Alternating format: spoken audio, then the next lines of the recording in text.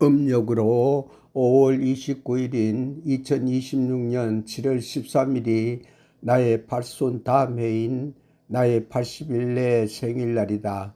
80일내 생일을 맞아 7월 12일 일요일부터 7월 16일 목요일까지 4박 5일간 백두산 여행하고 있다.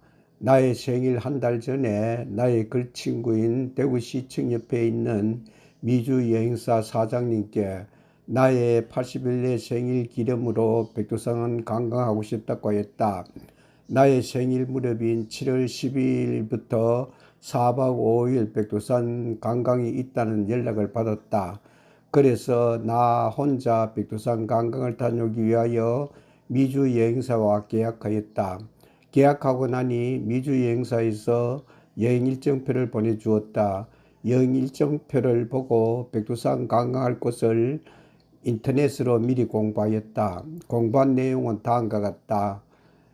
2. 백두산 여행 4박 5일 중 5일차 공부. 연길에서 약 1시간 도문으로 이동하면 접경지대에 조성된 도문 두만강 강변공원이 있단다. 연길에서 도문으로 달려가는 차창밖의 풍경은 만주벌판에 강활한 옥수수밭이 펼쳐진단다. 버들숲이 많은 연길 부루하우 통강은 연변 조선 자치주의 수도인 연길시를 남북으로 가르고 있단다. 도문에 도착하면 중국 국경지대에 조성된 두만강 강변공원이 나온단다. 강변공원은 도문 주민들이 쉼터이자 관광지로 한국 관광객들이 많이 찾는 곳이란다. 공원의 총 길이는 5km에 달한단다.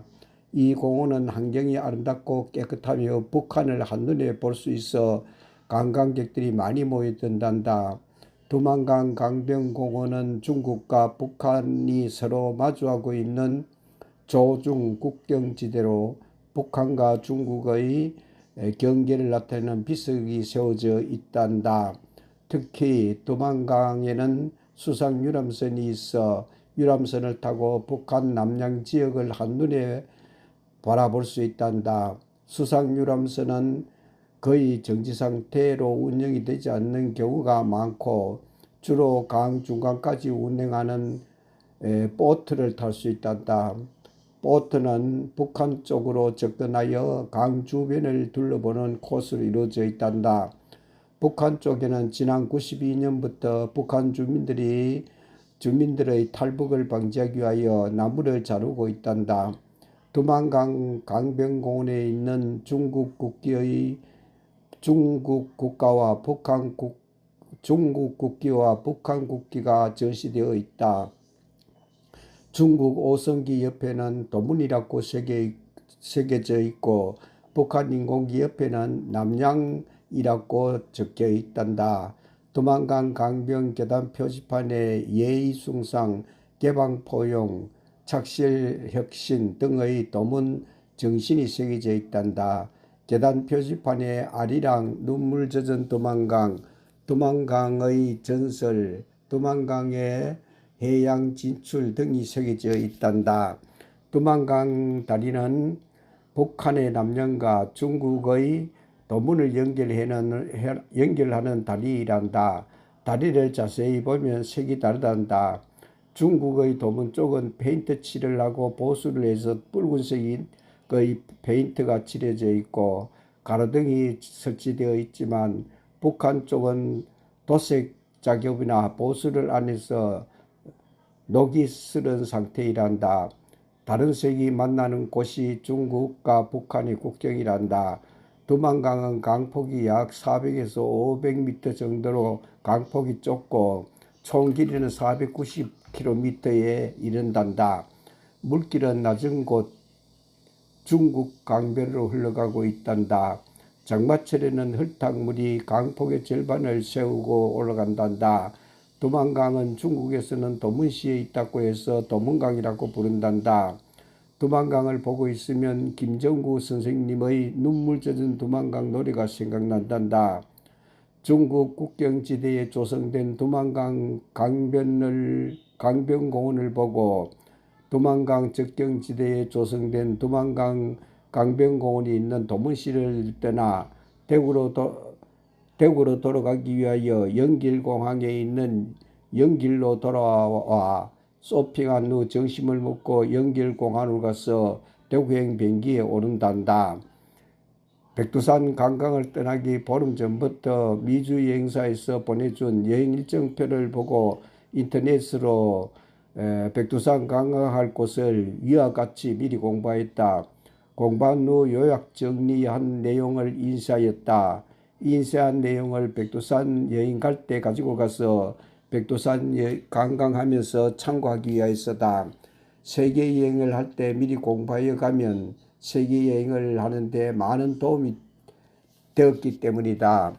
지난해 나의 팔순 기념으로 장가계 여행을 떠날 때 외국 여행에서 전화만 걸고 받을 수 있도록 로밍을 갔다.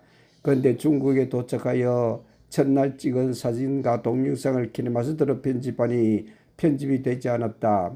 그래서 관광을 온 한국 청년에게 물어보니 로밍이 되지 않아 편집되지 않는다고 하였다.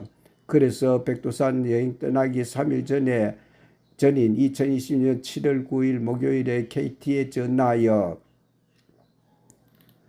스마트폰 로밍하기로 하였다. 그래서 114 KT로 전화하여 백두산을 관광하면서 찍은 사진과 동영상을 편집할 수 있도록 로밍하여 달라고 하였다. KT 직원이 25,000원의 요금으로 중국, 일본 알뜰 로밍에 가입하여 주었다. 나는 세계여행을 할 때 사진과 동영상을 찍고 있다.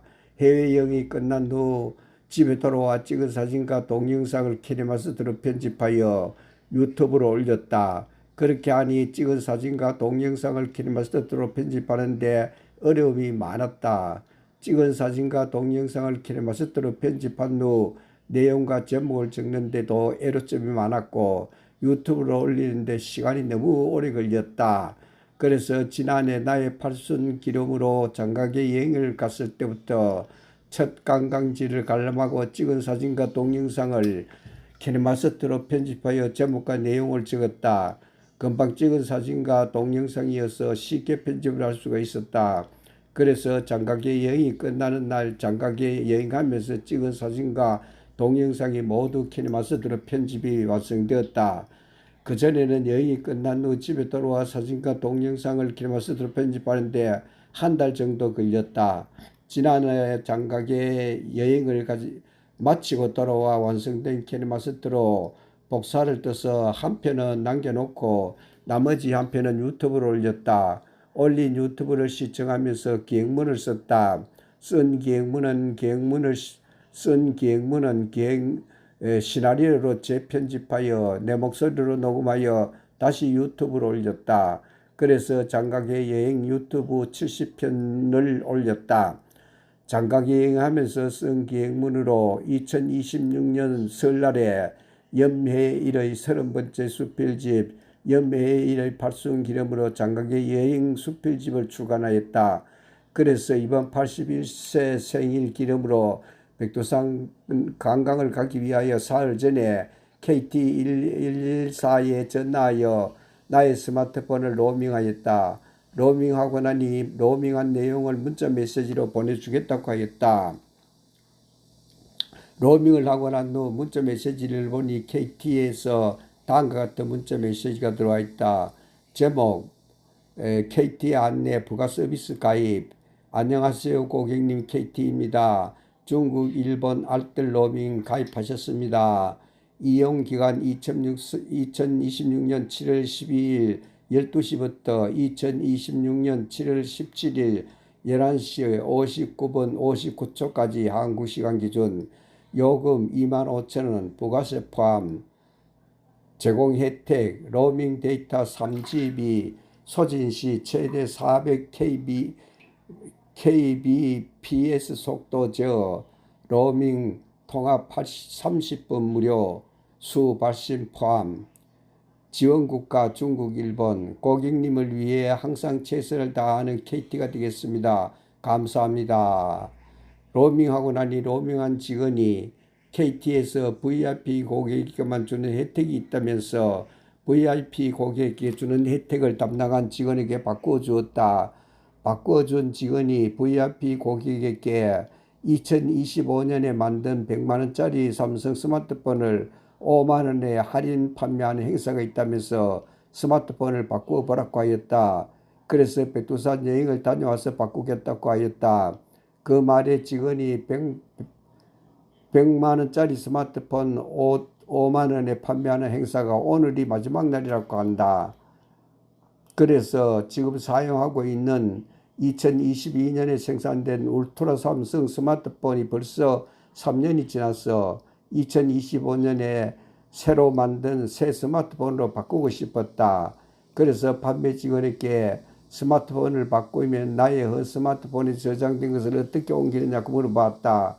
헌 스마트폰에 있는 칩을 뽑아서 새로 산 스마트폰에 꽂으면 된다고 한다. 그래서 헌 스마트폰에 있는 칩을 뽑아서 새 스마트폰으로 옮기는 방법을 잘 모른다고 하니 어디에 사느냐고 물었다.